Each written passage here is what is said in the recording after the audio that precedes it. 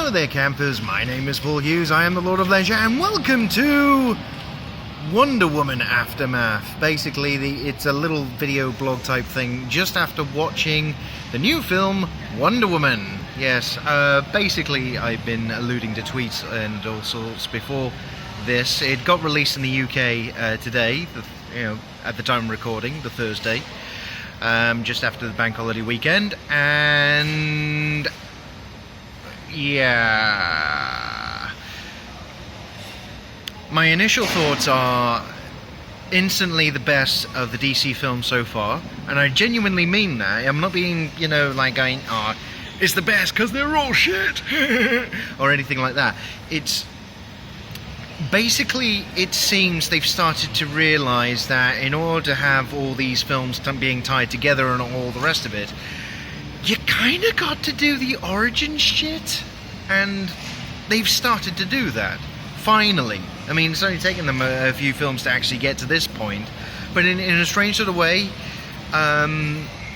they've started to actually, I wouldn't say so much change, they've definitely started to think about a narrative and things to make sense. I will definitely say that. Gal Gadot plays Wonder Woman, and they actually show, how she grows up to be, a kick-ass fighter. And then apparently they're on all the Amazons, because they're all like lovely people and all the rest of it. They actually give the backstory, saying that all the gods created all these people, but some fucker called Ares decided to corrupt them all, and then, shit went down. So obviously the rest of the gods kicked Ares' ass and then left the Amazons on a wonderful tropical island. You should go there, it's quite nice, lovely beach. And then all of a sudden Chris Pine, the love interest for Wonder Woman, comes along, as well as a lot of Germans, and they shoot everything up, and then they go, oh look, there's a war.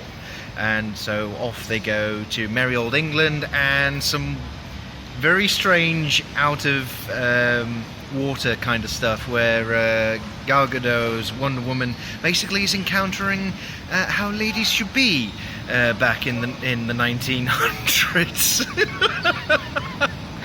Yeah, and along the way she learns that things are not as black and white and blah blah blah. Basically you'll get to the crunch where things happen during it, and there's a smidgen of character growth and so forth. I mean, there is quite a lot I could say that reminded me of Captain America in this. Gotta be honest, especially when they go over to the front, as it were. But then certain things, they definitely differentiate it. But the gang that they get together, the wily bunch that apparently drink and they're up for all sorts of misadventures and all the rest, yeah, it kind of reminded me a bit too much of the band of merry men that Captain America and Bucky got together, basically, in World War II. But I have to be honest, it wasn't too bad. I mean, there was a bit of, there was some light stuff on it, and yeah,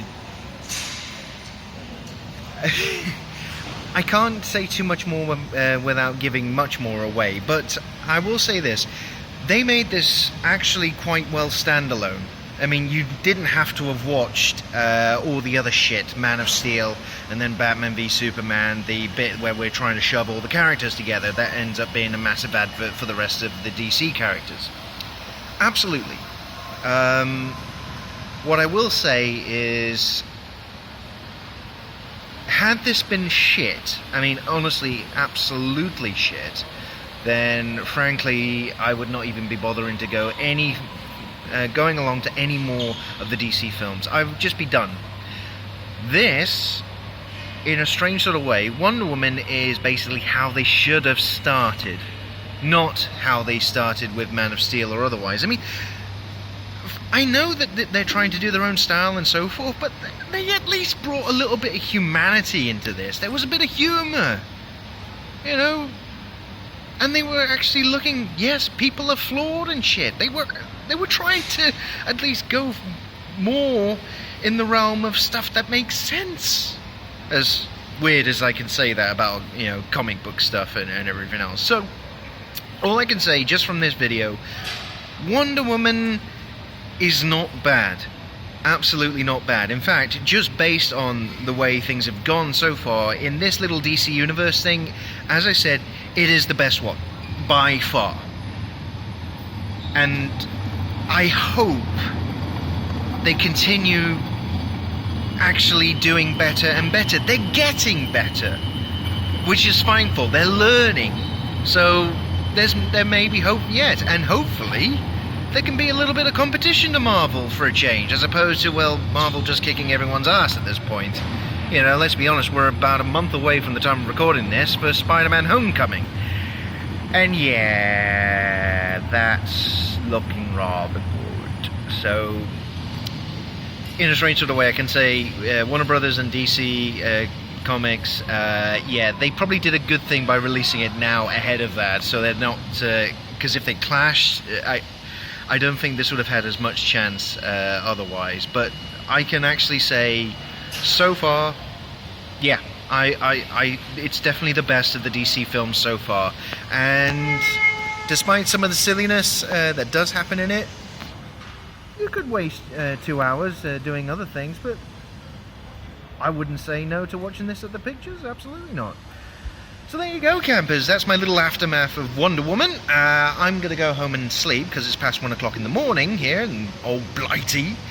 And I will see you all again very, very soon. But until then, bye!